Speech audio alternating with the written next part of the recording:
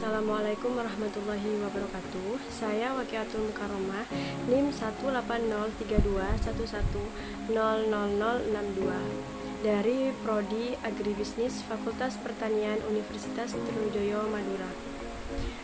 Pada video kali ini saya akan menjelaskan analisis tentang faktor produksi Job Douglas Frontier pada produksi jagung.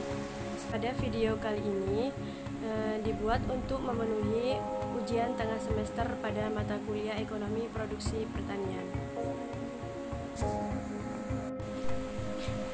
Selanjutnya, data input, di mana data input ini terdiri dari variabel dependen, variabel independen, serta banyaknya sampel. Banyak sampel yang digunakan adalah 120 sampel, sedangkan untuk variabel dependennya atau Y-nya adalah jumlah produksi jagung, sedangkan untuk variabel independennya terdapat 4 variabel, yaitu X1-nya benih, variabel X2-nya tenaga kerja, variabel X3-nya pupuk kandang, selanjutnya variabel X4-nya adalah pupuk fosfat. Selanjutnya, hasil tabulasi data. Untuk data yang berwarna biru ini adalah data mentah yang telah diberikan dosen. Kemudian pada data yang berwarna pink ini adalah data yang sudah diolah. Yang sudah diolah dengan mengkalikan dua angka terakhir pada NIM saya, yaitu dikalikan 62.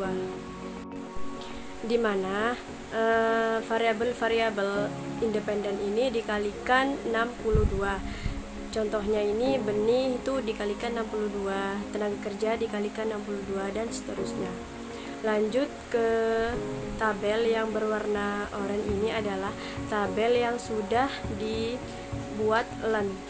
Kenapa dibuat LAN? Karena sebelum melakukan analisis frontier, maka terlebih dahulu untuk dilakukan data diolah menjadi LAN atau logaritma natural.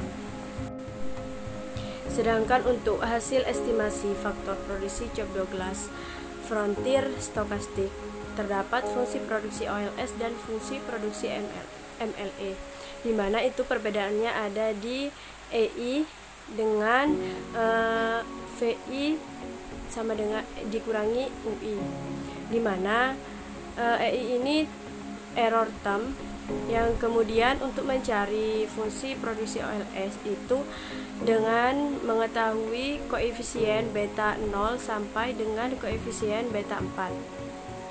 Selanjutnya untuk fungsi produksi MLE, di mana itu VI adalah risiko, sedangkan UI adalah inefisiensi teknis. Untuk mengetahui fungsi produksi MLE itu sama dengan cara mengetahui koefisien beta 0 sampai dengan beta 4. Nah, di mana beta 0-nya ini sampai dengan 0 beta 4, di mana VI dikurangi UI. VI ini dari mana?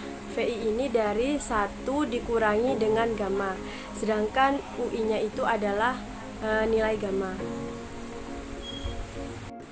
Sedangkan untuk pada pendekatan the final male estimates adalah dapat diketahui nilai LR test adalah 6,951, sedangkan untuk nilai kode PAM sama dengan 5,13 dengan dilihat dari derajat kesalahan 5%.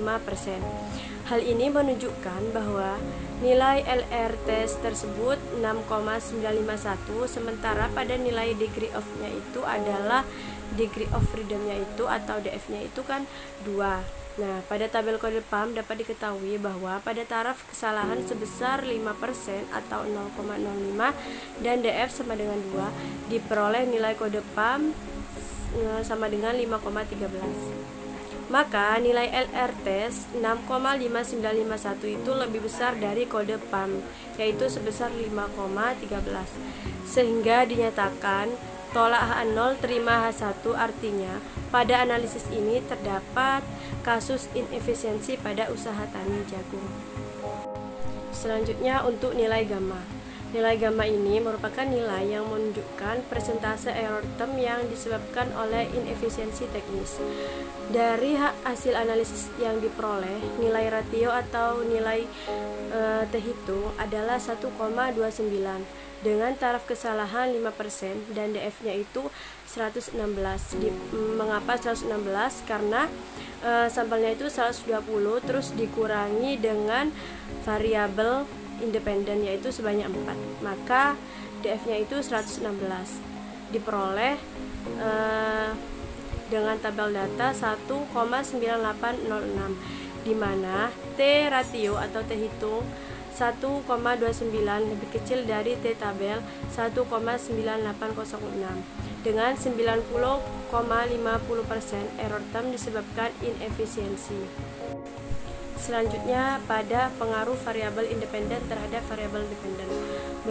Berdasarkan hasil analisis dapat dilihat dengan perbandingan T ratio dengan T tabel, maka dapat dilihat bahwa T tabel sebesar 1,9806 dengan taraf kesalahan yaitu 5%.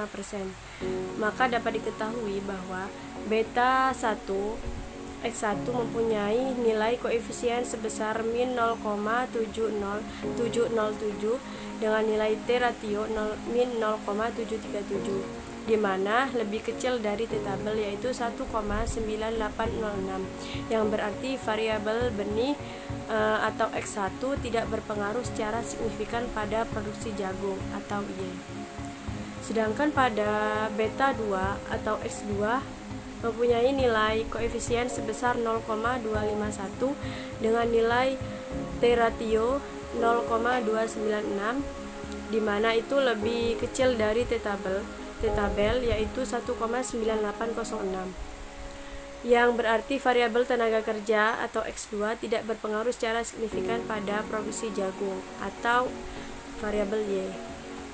Sedangkan pada beta 3 yaitu X3 mempunyai nilai koefisien sebesar min 0,361 dengan nilai T ratio min 0,277 artinya lebih kecil dari T tabel, maka variabel pupuk kandang atau variabel X3 ini tidak berpengaruh secara signifikan pada produksi jagung.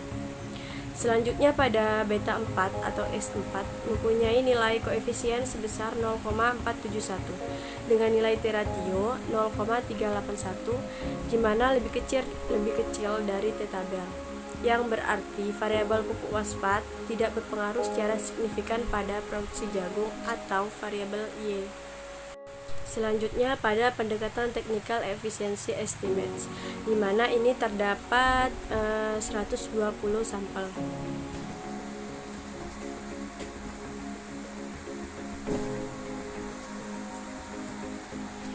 Dari penjelasan dengan pendekatan technical efficiency estimates dapat diketahui apabila nilai efisiensi teknis itu lebih besar dari 0,8, maka petani tersebut efisiensi secara teknis.